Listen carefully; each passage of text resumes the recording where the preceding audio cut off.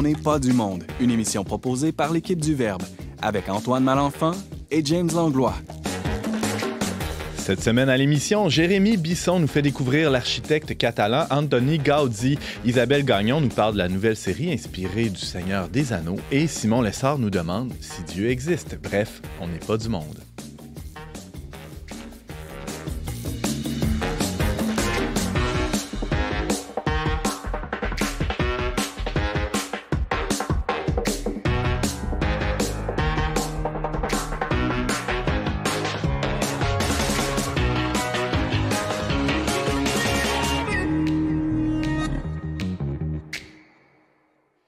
Bonjour à tous, bienvenue à votre magazine Foi et Culture. Ici Antoine Malenfant en compagnie de l'elfique James Langlois. Bonjour James. C'est vrai que si j'avais vécu dans le Seigneur des Anneaux, j'aurais probablement été un elfe. J'essayais de voir quel personnage... Au début, j'avais écrit Hobbit, mais non, ça ne fit pas avec ta physionomie tant que ça. Ouais. T'aurais fait ma un personnalité aussi, non? Ça, je sais pas. Okay. Je connais pas assez l'univers du Seigneur des Anneaux parce qu'on en parle aujourd'hui, en fait, de l'univers, mais pas tant de l'œuvre en tant que telle, avec Isabelle Gagnon. Bonjour Isabelle. Bonjour Antoine. En forme? Très en forme. Génial. Tu trouves le temps, là, malgré ta vie de mère très occupée, là, de te taper des séries télévisées? Oui, taper, c'est le mot. Je pense que ça a été quand même exigeant comme écoute. Ouais. Qu'il y a eu des aspects très intéressants. J'ai hâte de vous en parler. J'ai bien des impressions à partager. Mais content de te revoir à l'émission. Ça fait presque 2 ans. Hein? Oui, je suis très contente d'être de retour. Très contente. Bienvenue. On reçoit aussi une visite exceptionnelle aujourd'hui pour la première fois à l'émission, l'architecte, c'est un titre de noblesse, ça. L'architecte Jérémy Bisson. Salut Jérémy. Bonjour Antoine. On est amis dans la vraie vie, là. C'est pour ça qu'on risque de se tutoyer gros comme le bras, mais on va pas parler de notre amitié aujourd'hui, on va parler d'un personnage assez impressionnant que tu connaissais déjà, mais que tu as pu découvrir davantage dernièrement. Tout à fait. Dans le fond, je vais parler d'Antoni Gaudí, qui est un architecte très connu, mais aussi dont la cause de béatification est présentement en cours au Vatican. Donc voilà. Ouais, très hâte de t'entendre. Ça va être en tout début d'émission. Merci d'être là. Simon Lessard. Salut Antoine. Une grosse question aujourd'hui. Ben oui, aujourd'hui, c'est très simple. Dieu existe-t-il? Je vais répondre à cette question-là en démontrant l'existence de Dieu en 12 minutes de manière absolument irréfutable, de telle manière qu'à la fin de la chronique, le monde entier qui va l'avoir écouté va être contraint de croire à Dieu. Ce que Thomas d'Aquin a fait en je ne sais pas combien de pages, tu vas faire ça en 14 minutes. On voit là ton ambition. C'est correct. Ouais, tu sais, des fois, ça en prend de l'ambition dans la vie. J'allais dire, les preuves de l'existence de Dieu, c'est un ensemble théologique, c'est une page ou deux. Pas plus que ça. Des fois, on peut faire des preuves synthétiques, disons. James, tu as des gens à saluer aujourd'hui? Oui, Jean-François Pouliot de la famille Marie-Jeunesse qui nous a dit « Hey, ça faisait longtemps, j'avais hâte que votre émission recommence cet automne. Merci à lui de nous écouter et merci à tous nos auditeurs. Vous pouvez nous écrire à onpdm@le-verbe.com. » Merci.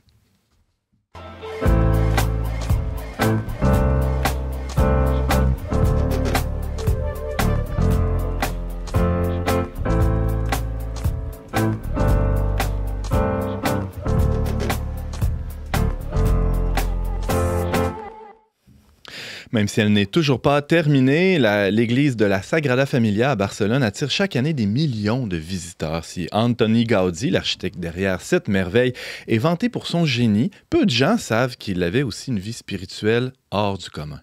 Pour nous présenter le plus célèbre des architectes catalans, on reçoit pour la première fois à l'émission Jérémy Bisson, lui aussi architecte. Salut Jérémy. Bonjour Antoine.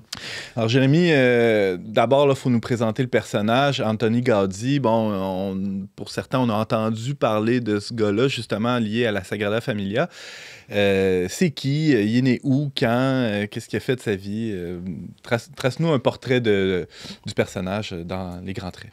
Comme tu disais en introduction, Antoine, Gaudí est un architecte catalan, donc qui est né en Espagne, dans la région du Nord, là, où est-ce que la capitale est Barcelone. Mais il est né dans une petite ville, Reus. Il est fils d'un chaudronnier, donc artisan. Il faisait des chaudrons. Il faisait des chaudrons. Déjà, il y avait un goût un peu de l'artisanat, Gaudí, dès son enfance. Il a été initié, on pourrait dire. C'était pas la production de chaudrons en usine, comme vous pouvez l'imaginer. Donc, rappelle-moi, on se situe où? Là, on est au 19e siècle. Il est né en 1852. Il y a 4 frères et sœurs, dont 2 vont mourir en très bas âge. Et les 2 autres vont mourir au début de la vie adulte. Donc, il est comme l'unique survivant, si on veut, de la famille, là, Ouais. après la fin du 19e siècle, on pourrait dire. Donc, c'est ça, c'est une famille très simple, finalement, qui a peu de moyens. Il va à l'école, une école simple aussi. Il y a un professeur qui le remarque déjà dès les premiers temps pour ses facultés, entre autres en mathématiques. OK. Et il n'était pas destiné à aller à l'université, rien, évidemment, là, étant donné le milieu duquel il venait. Mais ce professeur-là, étant donné qu'il voit en lui un grand potentiel, va proposer de financer ses études. Et c'est ça qui, finalement, va lui permettre d'aller à l'école d'architecture et de devenir l'architecte qu'on connaît aujourd'hui. C'était bien avant le système des prêts et bourses là, qu'on connaît. Tout à fait. C'était un autre type de bourse. C'est ça. Dieu merci hein, qu'il ait pu être bénéficier d'un mécénat comme ça là, pour se développer. On peut dire que, disons, que la Providence était à l'œuvre là, dès son bas âge. Il était un autre très particulier de Gaudi, c'est qu'il était atteint de rhumatisme là, dès qu'il était tout petit enfant. OK. Et qu'il y avait des douleurs qui, des fois, lui faisaient qu'il ne pouvait pas participer aux classes, qu'il devait être beaucoup en retrait. On a toujours pensé que Gaudi était un homme solitaire, un peu à part, mais c'était aussi dû à ces douleurs-là, au fait qu'il parfois, il n'était plus capable. Là. Souvent, s'il avait besoin aussi de beaucoup marcher pour comme évacuer, c'est dans ces promenades-là qu'il a construit finalement son sens de l'observation qui va mener à ses réalisations par la suite. Alors, ces réalisations, justement, Jérémy Bisson, parlons-en, il laisse derrière lui un héritage absolument extraordinaire, énorme, qu'on retrouve essentiellement en Espagne. Dans quel mouvement il s'inscrit? C'est quoi ses œuvres majeures? En fait, uniquement en Espagne. Toutes ses œuvres sont dans les régions de Barcelone. Okay. La plupart à Barcelone même. Donc, il y a 7 des bâtiments qu'il a conçus qui sont au patrimoine mondial de l'UNESCO, ce qui est complètement incroyable. Si on pense qu'au Canada, il y a seulement 17 sites qui sont classés, dont la plupart, c'est des sites naturels. Il y a seulement le Vieux-Québec, je pense, puis peut-être 1 ou 2 autres sites. Là. Ça donne juste un peu une échelle, une proportion de l'importance de son œuvre. Donc, il vient dans une époque là, où est-ce que le style il n'y a plus de style architectural commun, on pourrait dire. Là. Il est dans la période du 19e siècle où l'éclectisme est en vigueur. Donc, l'éclectisme, c'est d'utiliser des styles du passé, soit le gothique, soit le roman, soit le baroque, etc., et de les appliquer à des bâtiments modernes, ou bien de mélanger tout ça pour faire un nouveau bâtiment. Alors, son œuvre, lui, elle sort complètement de ces patterns-là, on pourrait dire. Elle est complètement nouvelle. Il y a des formes qu'il va utiliser qui n'ont jamais été utilisées, par exemple la parabole, et qui seront probablement jamais réutilisées là, de façon aussi expressive que lui. Je me demandais, Jérémy, est-ce qu'il est influencé aussi par le courant de surréalisme qui vient un peu, je ne sais pas si un petit peu dans les mêmes années avant ou après? Parce que des fois, quand on voit ces bâtiments, on dirait que ça ressemble à du Dali. Je ne suis pas assez expert pour en parler, mais dans le fond, il vient dans la trame de l'art nouveau, on pourrait dire, qui est dans le fond en réaction là, à l'éclectisme et qui va utiliser beaucoup toute la courbe, les lignes sinueuses. Donc voilà, je ne saurais pas faire la correspondance avec Dali, malheureusement. James? Moi, c'est drôle, ça me faisait plus penser à de l'impressionnisme, tu sais, style Van Gogh, mais Van Gogh, c'est pas un impressionniste, en tout cas. Mais, tu sais, c'est très les courbes, tu sais, c'est en tout cas. C'est vrai. Jérémy Bisson, on parle de l'architecte catalan Antoni Gaudi. Il laisse une œuvre majeure. On le disait, son chef-d'œuvre, c'est clairement la Sagrada Familia, comme j'évoquais en introduction. Il a fait les plans. Est-ce qu'il a assisté au balbutiement, ou en tout cas à la première pelletée de terre? Est-ce qu'il était là au début? Non, en fait, dans le fond, juste pour mettre en contexte un peu, là, dans le fond, la Sagrada Familia est fondée, elle débute à un moment où elle est un peu critique de l'histoire, où est-ce que, dans le fond, la papauté perd ses états pontificaux et le pape déclare Saint-Joseph comme protecteur de l'Église. Alors, à Barcelone, il y a une association suite à ça qui se crée des dévots de Saint-Joseph et qui rapidement ont le désir de construire un temple expiatoire là, à la Sainte Famille. C'est comme un peu un endroit où tous les péchés contemporains là, pourraient être pris par la Sainte Famille et expiés, on pourrait dire. C'est un peu le projet qu'ils ont. Ils trouvent un financement assez rapidement en 1882. Ils émettent ce souhait-là en 1875. En 1882, la première pierre posée, mais c'est pas Gaudi l'architecte. C'est Del Villar, qui est un architecte déjà très bien installé, là, qui fait beaucoup de bâtiment ecclésiastique là, pour le diocèse de Barcelone. Après 2 ans de travaux, il y a un conflit entre l'association et Delvillard, et puis Delvillard... est remercié. En fait, je pense que c'est lui qui quitte. Okay. Donc, Gaudí est approché. Et puis, la crypte puis les fondations avaient été dessinées, avaient été entamées sur un style néo-gothique. Et lui, il va prendre ce projet-là, il va le revirer de bord, il va conserver les fondations et il va faire un projet complètement différent, là, on pourrait dire monumental, fou à la limite. Il veut que ce soit la plus haute église du monde. La tour centrale va culminer. D'ailleurs, c'est en construction présentement, là, à 172 mètres, ce qui en fera la plus haute église de tout le monde. C'est une église avec 18 tours, une pour chaque apôtre, une pour chaque évangéliste, une pour la Sainte Vierge, la Saint-Joseph, etc. C'est vraiment incroyable comme projet. Et au début, il pense le faire en 10 ans. Et finalement, ça fait 140 ans que c'est... Mais c'est ça, une vraie cathédrale. Ça prend au moins 200 ans à construire. Ben c'est ça. C'est ça qui est exceptionnel aussi dans la Sagrada Familia, c'est que c'est l'unique chantier contemporain qui ressemble aux cathédrales du Moyen-Âge. Moi, j'ai une anecdote, Antoine. Mon père est allé à Barcelone, il l'a visité. Puis mon père n'est pas croyant, pratiquant, mais quand il a vu ça, il a dit, il y a juste pour Dieu que des hommes, des femmes pourraient construire quelque chose comme ça.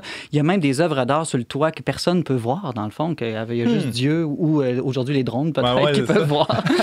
Mais Gaudí n'avait pas pensé aux drones, lui. Mais Gaudí avait une intention au fond du cœur en dessinant tout ça. C'est-à-dire, ça s'inscrit dans une démarche spirituelle très sérieuse, je pense. Jérémy, tu peux peut-être confirmer? Un des observateurs là, de la cathédrale, Gaudí est avec lui, il va dire c'est une ode à la nature. Et puis Gaudí va le reprendre, il va dire non, c'est un poème à la création. C'est vraiment, effectivement, le but, c'est de louer le créateur, dans le fond, dans toute son œuvre. Et puis, effectivement, ça vient d'une recherche spirituelle profonde. Donc, Vas-y, à fond. Donc, Gaudí était initié à la foi catholique très jeune, comme la plupart des Espagnols de cette époque. Sa mère, qui est très pieuse, lui transmet la foi. Mais jeune architecte, là, il va avoir beaucoup de succès. Il va avoir des contrats rapidement. Ça lui monte à la tête. C'est difficile à dire parce qu'on a peu d'écrits sur ce qui est... Lui, il a très peu écrit lui-même et on connaît peu là, sa psychologie, on pourrait dire, dans son histoire. Mais il commence à fréquenter des cafés très, très huppés où est-ce que les artistes sont ensemble et vont discuter, là, entre autres Picasso. Donc, vous voyez un peu le genre. Il va aussi s'habiller vraiment à la mode. Il va finalement vivre comme un bourgeois, comme une vie mondaine. Mais ça ne durera pas très longtemps parce que rapidement, il va revenir à un style de vie très, très simple. On ne sait pas exactement pourquoi, mais il a vécu une espèce de conversion.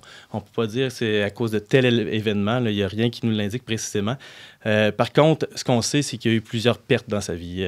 Son père est mort en 1906, mais auparavant, son frère, sa mère, sa sœur sont décédés, sa nièce, dont il était très proche.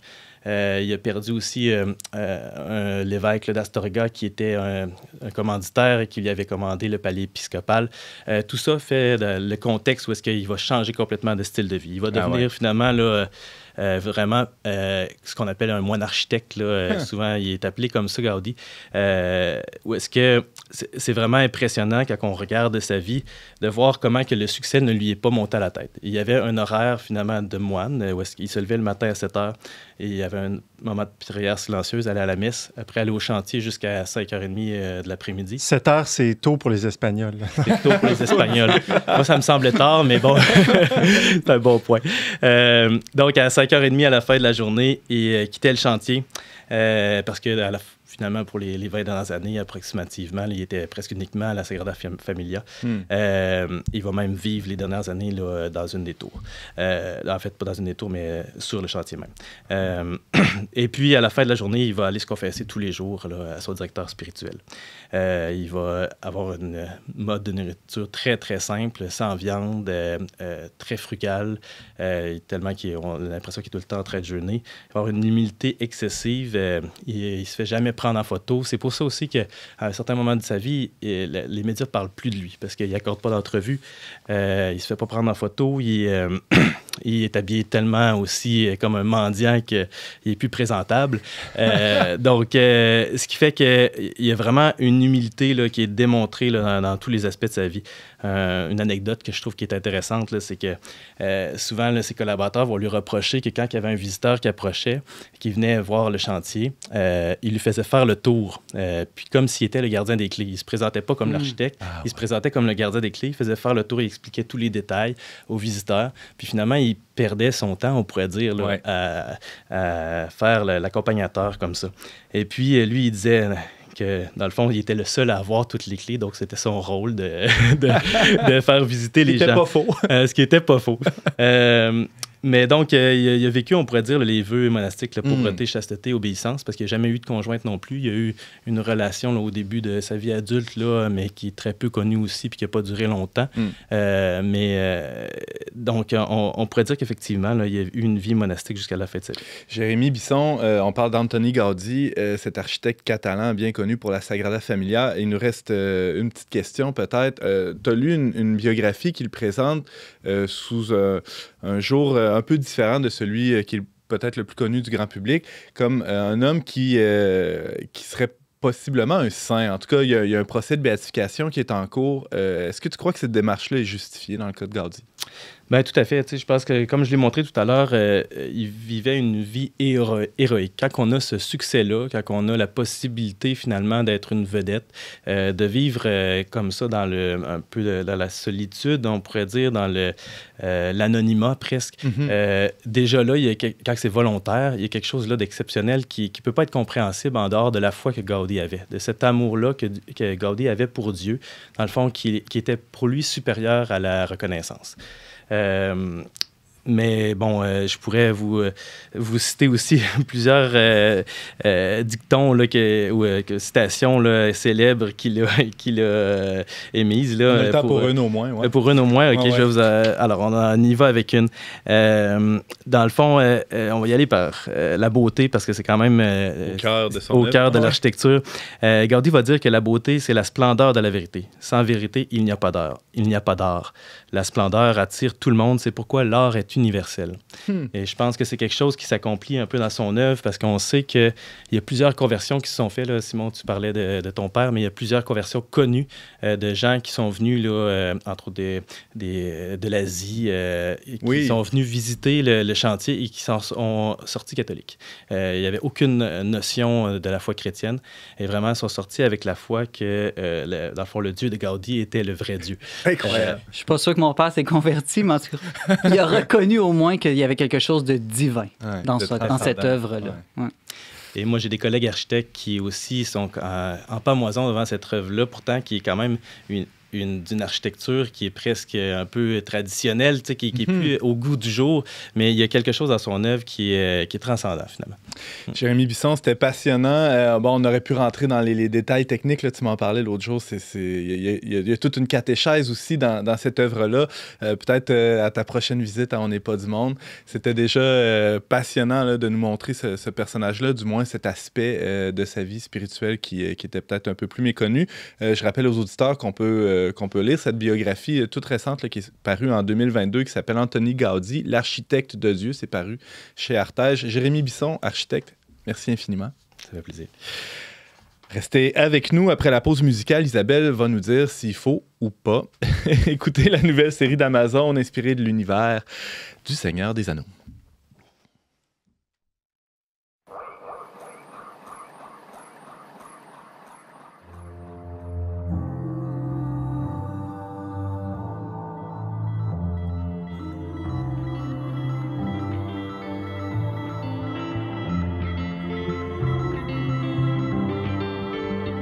Le jour s'éveille sur ma voiture et sur toutes mes courbatures. L'aube trace au crayon de bois multiples formes qui se déploient. Ouvrir l'œil, bouger l'orteil, une prière au soleil. Ainsi la fin de la dormance et le début de l'espérance. Je tire mon corps à la verticale, des talons jusqu'au cervical. Je m'appuie sur la portière et sur mon café d'hier. Je m'accroche à l'importance de ma tasse et de son once. Je simule un peu d'amplitude. La vie est belle mais parfois rude. Je simule un peu d'amplitude. Je simule un peu d'amplitude. Je simule un peu d'amplitude.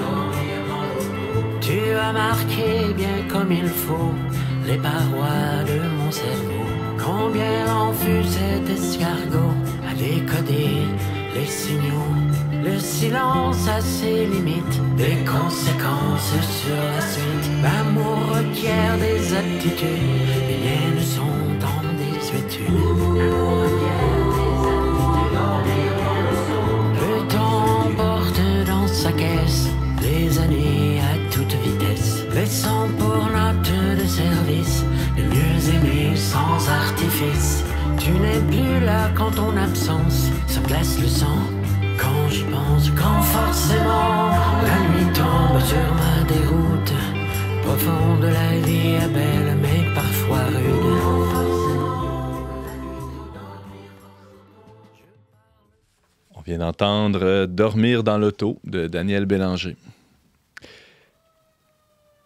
Vous êtes toujours avec Antoine Malenfant à la barre dont n'est pas du monde.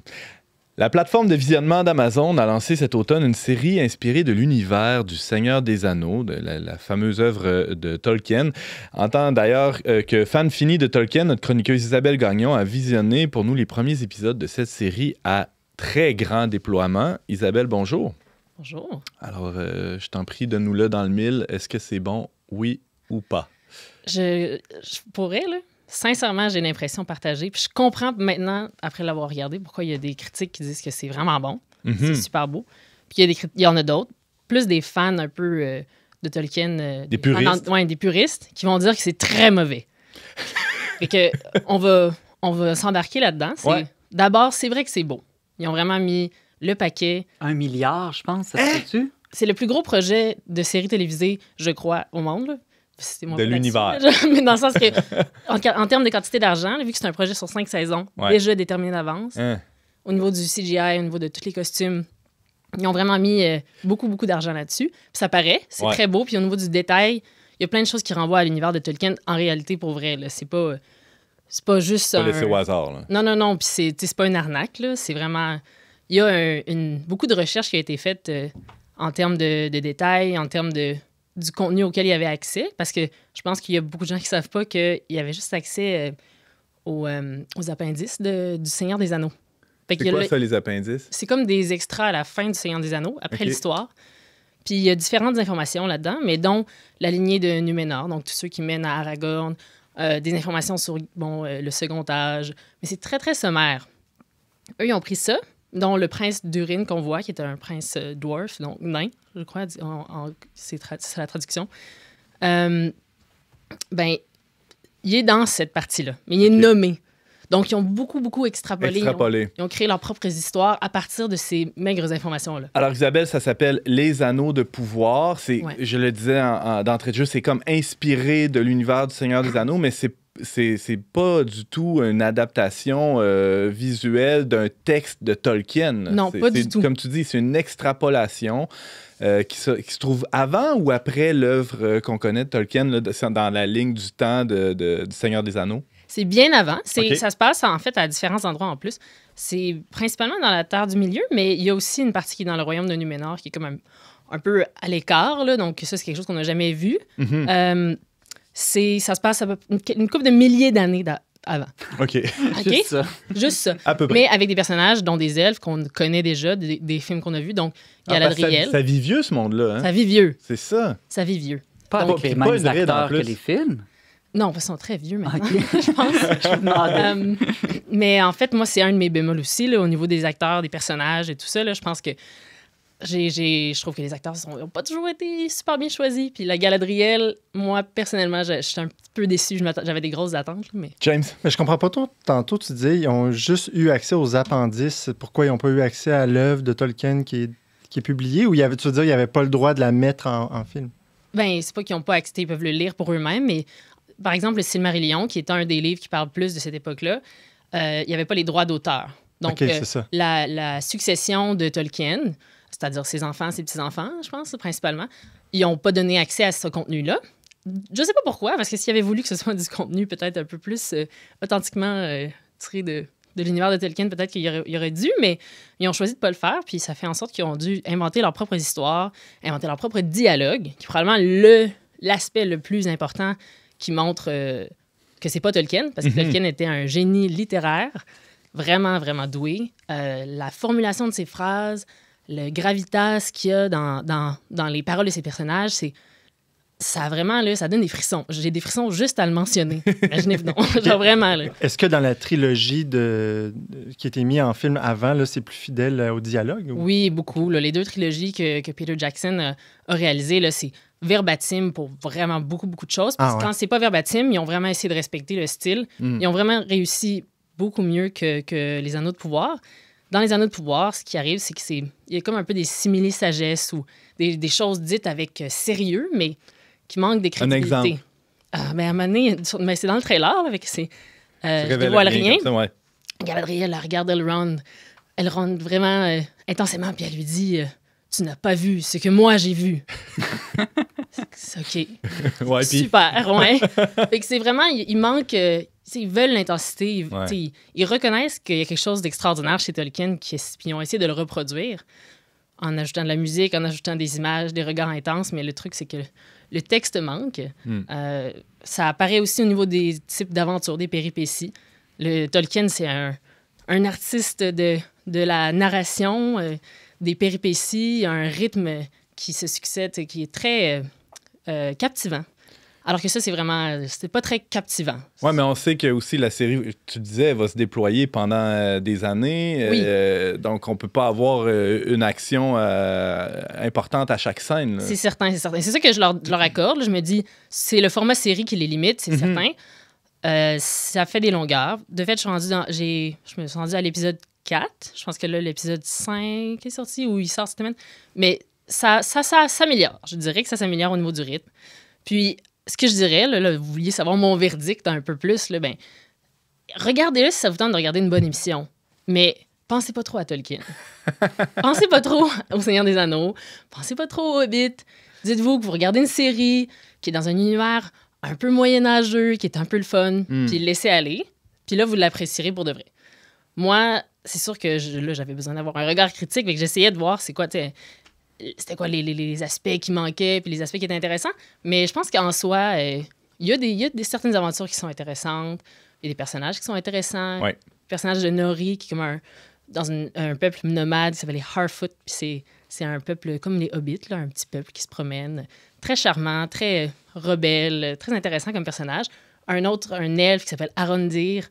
Très intéressant. Je trouve que c'est un des seuls elfes qui me rappelle ceux du Seigneur des Anneaux. Déjà, en 4 épisodes, il y a des personnages qui ont réussi à t'accrocher ou des personnages qui ont assez de profondeur là, pour qu'on puisse regarder cette série-là avec assez d'intérêt. Oui, Simon? Je me demandais, on sait que Tolkien était chrétien, catholique, un autre qui est en voie de béatification, là, comme Gaudi, dont on parlait cette semaine. Et on sait aussi que dans son œuvre, sans vouloir faire une sorte d'analogie, c'était rempli de symboles, de valeurs, d'idées, de vertus chrétiennes. Est-ce qu'on a encore ça dans cette série d'Amazon? Non. C'est ma grande tristesse, je pense.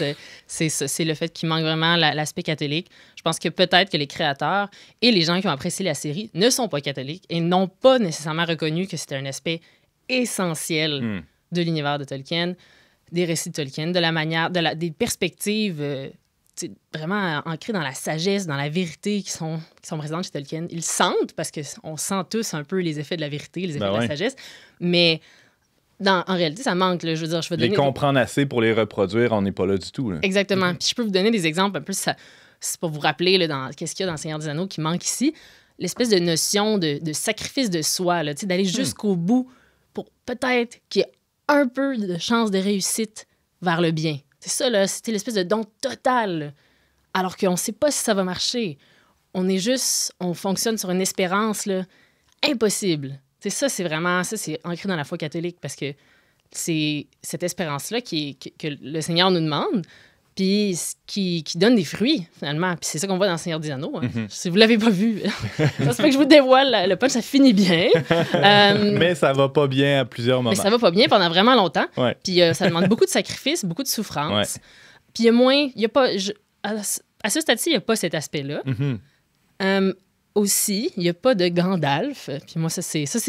On pourrait dire que c'est un personnage mineur, mais on voit que ça manque vraiment parce que c'est un personnage qui est proprement sage, qui est presque toujours dans la vérité quand il s'agit des choses... En fait, il est toujours dans la vérité quand il s'agit des choses importantes. Puis il est comique ou léger ou des fois un peu frivole dans d'autres choses, mais quand ça compte, là, il est toujours là, toujours la ligne droite, toujours le bon chemin. Puis ça manque vraiment. Il n'y a pas de personnage que je dirais qui est sage ou sur lequel on peut se fier, que le spectateur peut s'ancrer pour dire « Fiou ». Au moins, lui, là...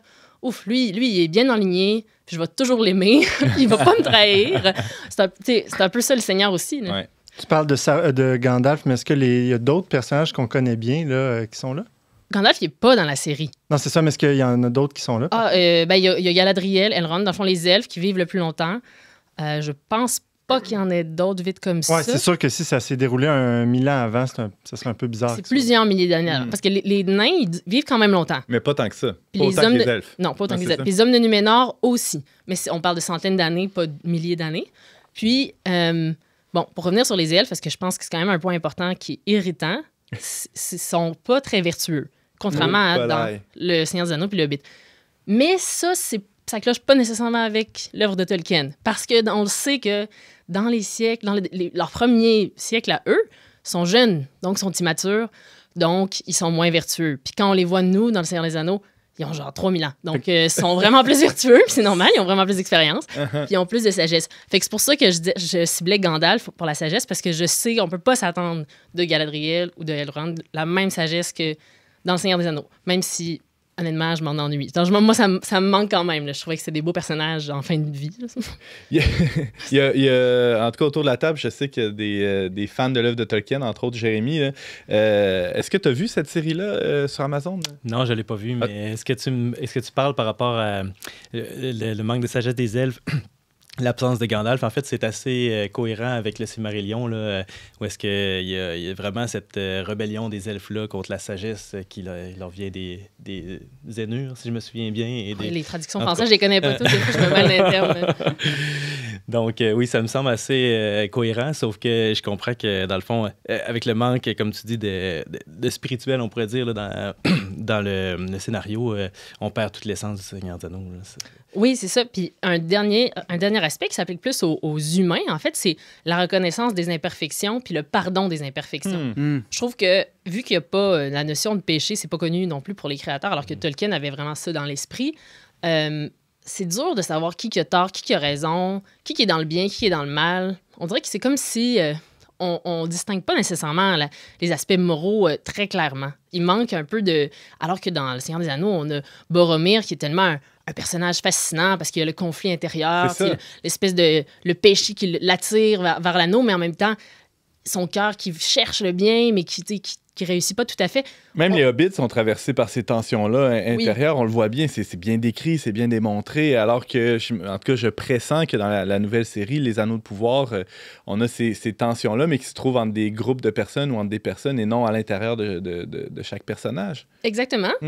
Mais on pourrait même le dire un peu autrement. C'est confus. Mais je pense qu'à notre époque, on peut pas s'attendre vraiment à autre chose. C'est que si on enlève cet aspect-là de l'œuvre de Tolkien, notre époque est comme ça. On n'a pas beaucoup d'impression du bien, du mal, une distinction très claire.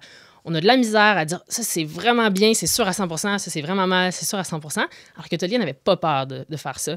Puis ça fait que c'est une œuvre très, très audacieuse, celle de Tolkien. C'est une œuvre pleine de courage en termes de combat pour la vérité, puis en même temps, un génie littéraire qui fait qu'on s'en rend même pas compte qu'on est emporté dans un ensemble de vérités comme ça.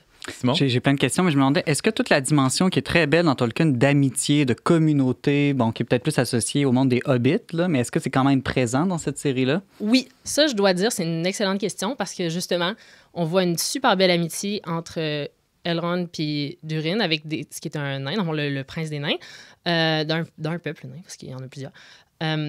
Ça, c'est intéressant. Il y a des tensions, parce que comme dans Seigneur des Anneaux, il y a toujours des tensions entre ces deux espèces, là, je sais pas, race, là, je sais pas comment... Je pense que c'est race qui utilise le mot. Puis c'est très intéressant. Puis ça, j'ai beaucoup aimé cette dynamique-là. Je pense qu'ils ont bien cerné comment ça pouvait être intéressant. Puis oui, il y a quand même une belle dose d'amitié. Ouais, Ah non, mais je me demandais juste, le titre, là, Les Anneaux de pouvoir, moi, ça m'a fait penser, coudonc, c'est-tu un Game of Thrones dans l'univers de Tolkien? Dans quel sens? Je Ben, connais des pas gens du tout Game of Thrones. lutte, toutes sortes de luttes de gens un peu vicieux qui essayent de gagner le pouvoir. Peut-être. Pour l'instant, ça ressemble pas à ça encore. Pour l'instant, c'est vraiment quand même un retour du mal dans la Terre du Milieu. Il y a plusieurs acteurs qui sont contre, il y en a qui sont peut-être pour ou qui sont comme attirés malgré eux vers ça. Je pense que leur projet sur 5 saisons, c'est justement d'introduire la création des anneaux de pouvoir qu'on mentionne au tout début du Seigneur des Anneaux dans le film, là, pour ceux qui ont vu le film. Dont il n'en reste qu'un seul exemplaire. Une, ouais, exactement. Puis, ben, en fait, non, les elfes, il y en ont. En tout cas, oui, c'est vrai. Il y en a il en reste, mais c'est juste qu'ils ne sont pas aussi puissantes que l'anneau unique. Puis voilà, donc l'idée, c'est que les anneaux de pouvoir vont être créés. Puis c'est comme ça s'en va vers là. D'où le titre. Mais là, en ce moment, on ne le voit pas nécessairement. Isabelle Gagnon, merci beaucoup. Je rappelle que tu es chroniqueuse à On n'est pas du monde. On peut lire d'ailleurs ton texte sur cette série, sur les anneaux de pouvoir. Ça s'appelle Les anneaux de pouvoir, Tolkien déraciné. Ben, déjà, on a un peu une réponse à notre question qu'on posait au début. Isabelle Gagnon, merci beaucoup pour cette chronique. Ça m'a fait plaisir. Alors, on fait une petite pause musicale et tout de suite après, Simon se pose la même question que Claude Dubois.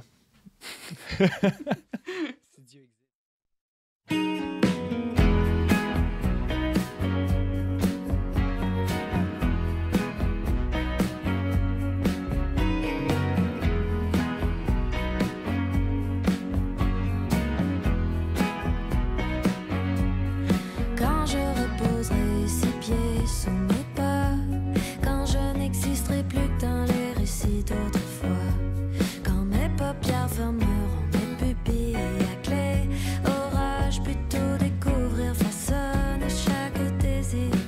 Je sais pas où on s'en va quand le temps tient plus debout, quand l'ombre de nos noms frôle les lèvres de nos amours. Je ne sais pas où on s'en va quand les lendemains respirent sans nous.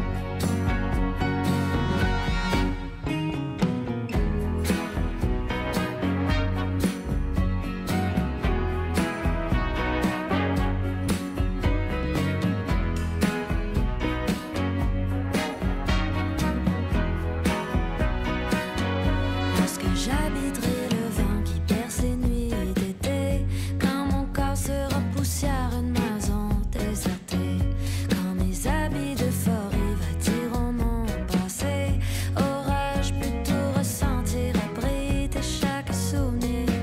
Je sais pas où on s'en va quand le temps tient plus debout, quand l'ombre de nos noms frôle les lèvres de nos amours. Je ne sais pas où on s'en va quand les lendemains respirent sans nous. Je sais pas si j'ai demain ni les matins qui s'ensuivent, quand la veille m'aura conquise, aurais-je tout pris pour acquis. Je sais pas où on s'en va quand les lendemains respirent sans nous. J'espère que j'aurai valu le coup.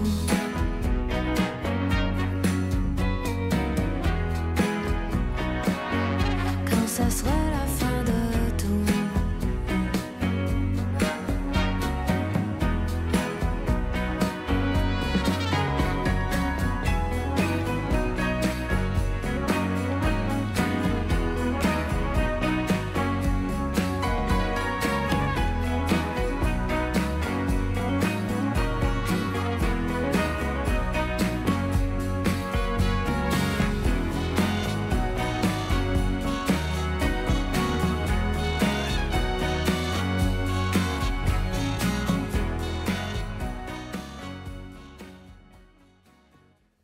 C'est toujours Antoine Malenfant au micro d'On n'est pas du monde. C'était la chanson 27 de Caroline Savoie. Quand Claude Dubois chante « Si Dieu existe », la question reste un peu en suspens. Pour certains, se demander si Dieu existe semble parfois plus légitime que de répondre à cette question-là. Mais pour Simon Lessard, la question est sérieuse. Très sérieuse. Comme beaucoup de questions pour Simon Lessard. Et mérite qu'on s'y attarde honnêtement. Salut Simon. Salut Antoine. Hey, aujourd'hui à l'émission, on a parlé de Gaudi, un artiste, de Tolkien, une autre forme de grand artiste. Et moi, je te parle du plus grand de tous les artistes. Oh. Toi, j'ai fait ton lien pour toute l'émission. Merci. Regarde, je te laisse mon micro. C'est une émission sur la beauté et la création. Eh bien oui, sur l'architecture, on pourrait dire. Parce que tu vas nous parler d'architecture. Exact. Alors, bon, la position la plus commune là, de nos jours, c'est de dire, peut-être qu'il existe. On n'a pas vraiment de preuves que oui, on n'a pas vraiment de preuves que non. Fait que, Ou même que c'est peut-être un peu plus être du bord de la raison ou de la science de penser que non, dans le fond. Mais, moi, je pense que c'est exactement l'inverse. Je pense que c'est beaucoup plus rationnel d'être du bord de ceux qui pensent que Dieu existe. Alors, tu vas essayer de nous démontrer aujourd'hui que c'est compatible avec la raison que de croire. C'est surtout ça. On va en parler ensemble. Puis d'ailleurs, Antoine, quand on prétend démontrer l'existence de Dieu, apporter des preuves de l'existence de Dieu, généralement, là, il y a une levée de bouclier, autant même des croyants que des non-croyants. On dirait que ça dérange le monde, comme si ça allait enlever leur liberté puis qu'ils allaient être obligés de croire. Donc, première des choses à dire, c'est que la foi, c'est pas croire que Dieu existe, là, c'est croire que Dieu nous aime puis qu'il nous appelle à partager une vie avec lui. C'est quand même différent de la foi chrétienne. C'est une autre étape. Là. Une autre étape, complètement. Puis l'autre chose, c'est que c'est pas parce qu'on a démontré une chose qu'on est obligé d'y adhérer. Regarde, les changements climatiques, il y a plein de monde qui disent que ça a été démontré, puis il y a plein de monde qui n'adhère pas avec leur intelligence de toute façon. La cigarette, c'est assez bien démontré que c'est très, très mauvais pour notre santé, puis il y a plein de monde dans leur volonté qui, tant pis, puis je continue à fumer quand même. Là, hein? On n'est pas moins libre. Exactement. Donc, il faut s'enlever cette idée qu'une démonstration nous enlèverait notre liberté. Alors, l'attitude la plus rationnelle, Simon, à avoir face à cette question-là, c'est quoi? Bien, je pense que c'est clairement de se demander d'où vient tout ce qu'on observe autour de nous, d'abord. De commencer par une sorte de constat qu'on est entouré de choses extraordinaires, merveilleuses. Hein? Il y a le nouveau télescope James Webb, là, ces temps-ci, qui nous envoie des images de l'univers remplis d'ordre, remplis de beauté. Et puis de se poser la question d'où viennent toutes ces choses absolument extraordinaires. Est-ce qu'elles viennent de rien? Moi, je pense que ça vient du hasard. Là. Avec le temps, tout ça, ça s'est positionné, ça s'est agencé. Puis là, on se retrouve avec un beau tableau. Bon, alors ça, c'est généralement la première objection ou idée qu'on va entendre aujourd'hui. Le hasard serait le nouveau Dieu qui crée toute chose. Ah ouais, pas pire, hein? Il est habile quand même. D'abord, la première raison pourquoi ça ne fonctionne pas, c'est que le hasard, c'est toujours le hasard de quelque chose. Le hasard n'est jamais premier. Je veux dire, si tu as des boules de billard qui se frappent par hasard, tu as d'abord des boules de billard, un jeu de billard, du mouvement. Donc, il faut que tu expliques tout ça avant d'expliquer le hasard. Donc, ça, c'est une première chose. On ne peut pas en faire la cause unique et première de toute chose. L'autre chose, c'est qu'imagine là, qu'on s'en va sur la face cachée de la Lune, tu découvres une usine automatisée de téléphones intelligents, entre guillemets. Est-ce que tu vas dire « Wow, c'est incroyable ce que le hasard a fait après quelques milliards d'années, une usine automatisée de téléphones? » Non, tu vas dire « Ah, il y a probablement une compagnie super puissante. » Ou des extraterrestres. Ou des extraterrestres. En tout cas, du monde assez intelligent qui sont allés faire cette usine-là. Ou même chose, tu te promènes sur la plage l'été, tu vois un château de sable de la Sagrada Familia, mettons. Tu sais? Est-ce que tu vas dire hey, on est donc chanceux, le vent et l'eau a fait un château de sable merveilleux? Ben non, tu vas dire il y a tout un artiste qui est passé par ici, un champion des châteaux de sable. Et t'es beaucoup plus rationnel de penser qu'il y a une cause intelligente et puissante qui a fait ton usine automatisée ou ton château de sable que de penser que ce serait que le hasard. Alors, on pourrait dire que c'est une question d'ordre. Il y a quelqu'un qui a mis de l'ordre dans le chaos, finalement. Oui, il y a quelqu'un qui a mis de l'ordre. Derrière tout ça, il y a comme un principe fondamental, là, c'est que le plus ne sort pas du moins. Okay. Si tu as de l'ordre, ça ne peut pas venir juste du désordre. Si tu as de la vie, ça ne peut pas venir juste du non-vivant. Si tu as de l'intelligence ou de la conscience, ça ne peut pas venir juste de roches, de choses non intelligentes et non conscientes. Répète-moi ça. Là. Le plus ne peut pas sortir d'un moins. Le plus ne peut pas sortir d'un moins. Mais pourtant, moi, mon fils, il est parti pour être beaucoup plus intelligent que moi. Là. C'est vrai que tu es très moins. Je te remercie. Mais je fais remarquer, Antoine, que ton fils, il vient aussi de ta femme, pas juste de toi. Ça, c'est gentil pour elle. Et s'il est plus intelligent que toi et ta femme, certainement qu'il y a une éducation, des professeurs, une culture qui l'entoure, une famille, etc. Donc, en fait, quand on a l'impression que le plus sort d'un moins, hein, c'est qu'il y a d'autres causes auxquelles on ne porte pas attention. Qu'on ne voit pas. Non, c'est ça. Donc, par exemple, si d'une graine sort un immense arbre, l'arbre, il sort pas juste de la graine, il y a de la terre, il y a du vent, il y a du soleil, il y a des années d'apport de toutes sortes de matières qui produisent l'arbre en bout de ligne. Dire que le plus sort du moins, c'est de la magie. c'est complètement irrationnel. C'est dire qu'il y aurait un effet sans cause. Hein? Un peu comme un lapin qui sort d'un chapeau, là. Il n'y avait rien, puis paf, le lapin aboutit. Non, on sait bien, tous ceux qui sont rationnels savent qu'il y a un truc derrière. Eh bien, ceux qui prétendent que l'univers ou les choses belles et ordonnées dans l'univers, comme un homme, une cellule, un arbre ou l'ensemble organisé des galaxies, si tout ça vient de rien, ce serait comme des lapins qui sortiraient carrément des chapeaux, autrement dit. Quoique, les lapins qui sortent des chapeaux des magiciens, c'est encore plus rationnel parce qu'au moins, il y a un magicien supposément derrière. Donc, il y aurait une sorte d'homme intelligent qui aurait un pouvoir créateur. Bon, alors venons-y là, au grand magicien, là, avec un grand M. Donc, si le principe que le moins sort du plus, hein, je suis correct en disant ça, là? Oui, ça, on peut le dire comme ça. OK, c'est bon. Que le moins sort du plus, ou disons que la cause de quelque chose est quelque chose de plus grand que lui. Oui, exactement. Bon, alors, on remonte comme ça et on arrive à une cause première, là, c'est un terme un peu en philosophie, qui serait super intelligent, nécessairement. Ben, qui serait super vivante, intelligente, puissante, qui serait nécessairement plus que tout ce qu'on peut observer dans l'ensemble de l'univers.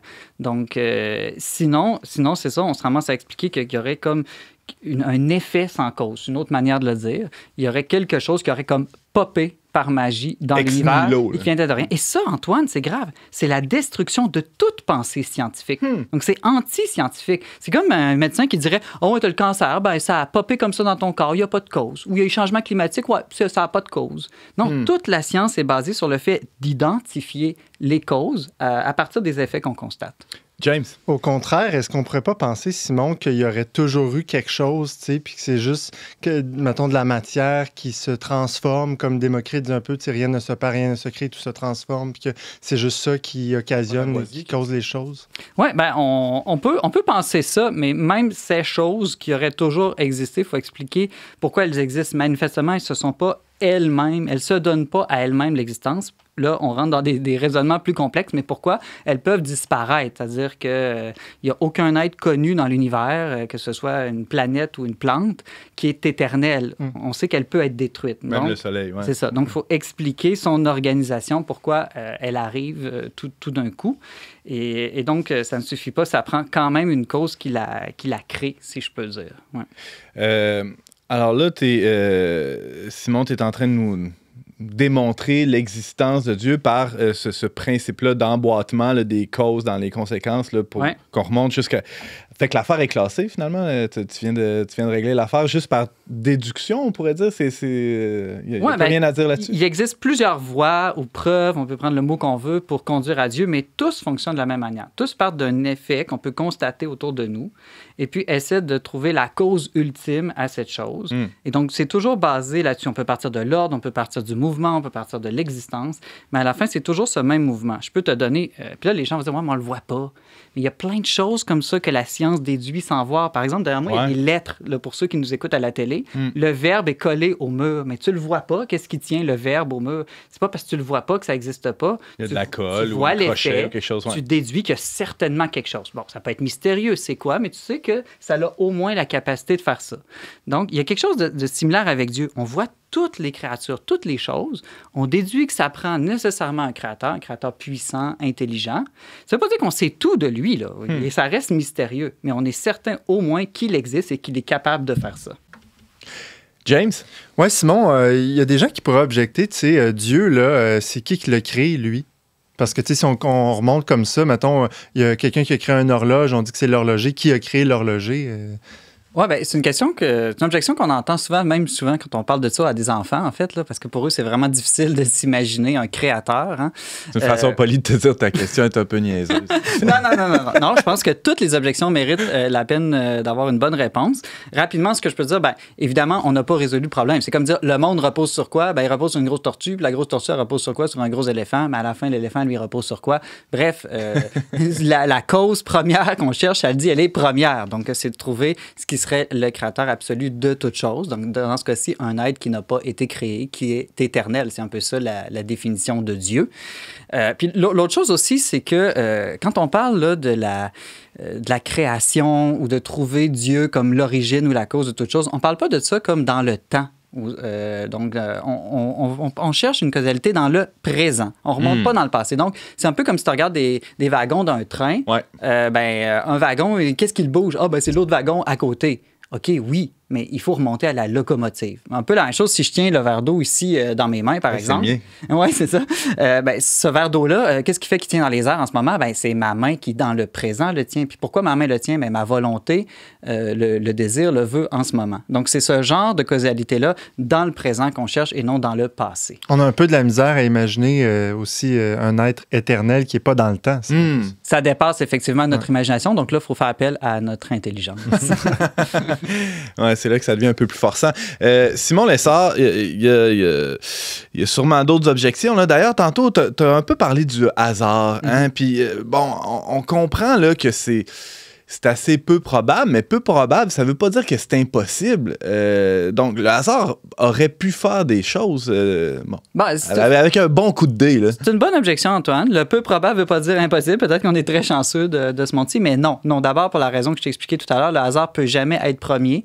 Tout hasard est hasard de quelque chose. Donc, ce quelque chose-là, il faudrait expliquer qu'il existe, pourquoi il est là. Donc, première des choses. Mais deuxième des choses, là, je veux revenir sur le peu probable. C'est pas peu probable, là, c'est complètement irrationnel là, de penser ça. Parce que, je te donne un exemple. Regarde, prends un jeu de cartes. Là, okay? Ouais. Si tu en prends juste 4 cartes, OK? Mettons l'as, roi, dame, valet. Exact. Okay. Tes brasses. Tu as une chance sur 24 que par hasard, ils tombent ensemble.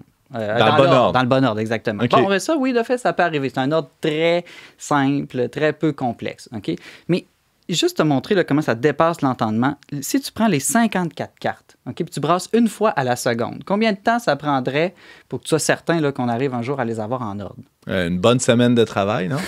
C'est un chiffre inimaginable. J'ai demandé à un de mes amis mathématiciens de me calculer ça. Ouais. Il me dit que c'est à peu près 1 avec... attends un peu, je vais chercher mes notes là, pour être sûr de ne pas dire n'importe quoi. Je les ai vues, tes notes. Il y a 50 zéros.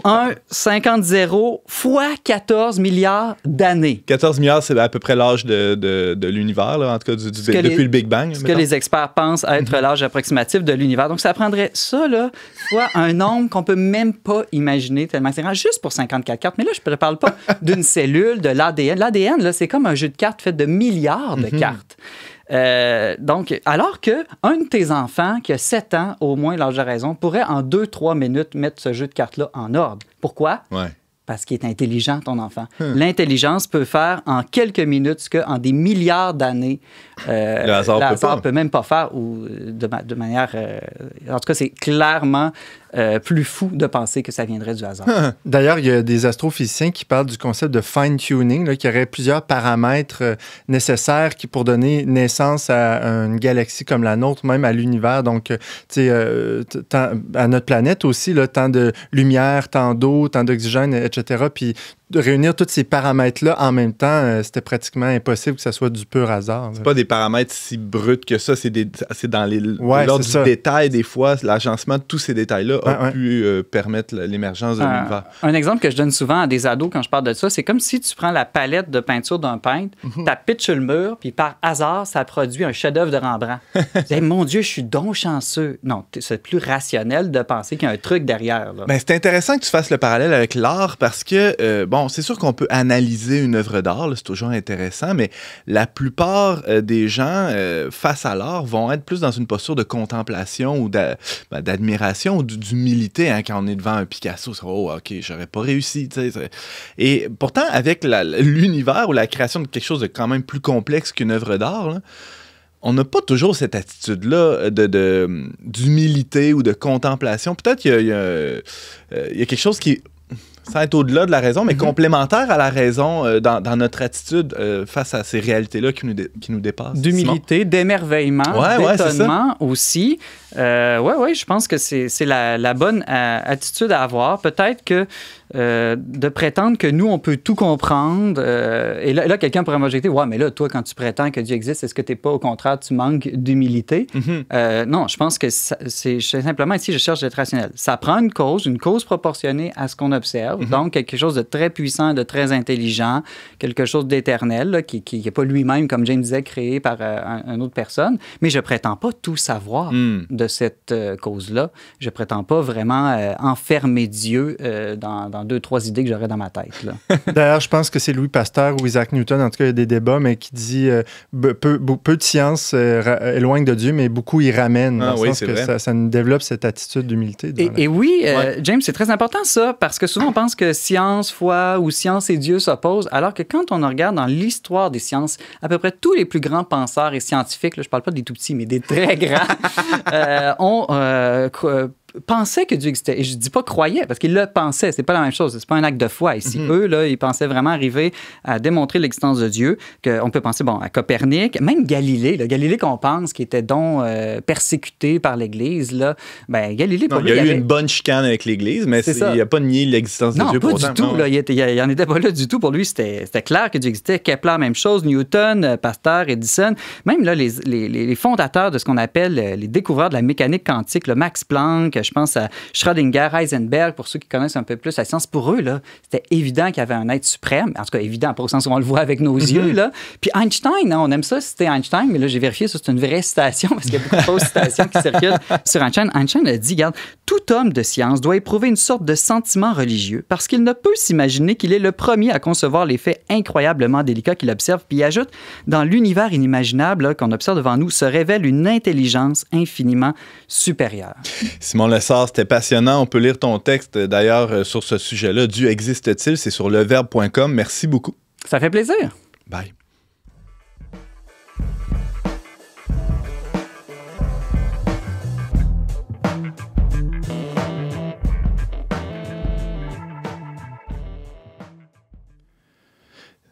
C'est déjà tout pour cette semaine, pour cet épisode d'On n'est pas du monde. Merci beaucoup d'avoir été avec nous. Vous pouvez revoir ou partager cette émission en tout temps via vos plateformes de balado-diffusion préférées sur YouTube, sur Facebook. Pour tous les détails, visitez leverbe.com/radio. Je remercie James Langlois à la technique, Marc-Antoine Baudette aussi à la technique. On remercie également la Fondation Lucien Labelle pour son soutien financier. Et on se retrouve la semaine prochaine pour une autre émission d'On n'est pas du monde.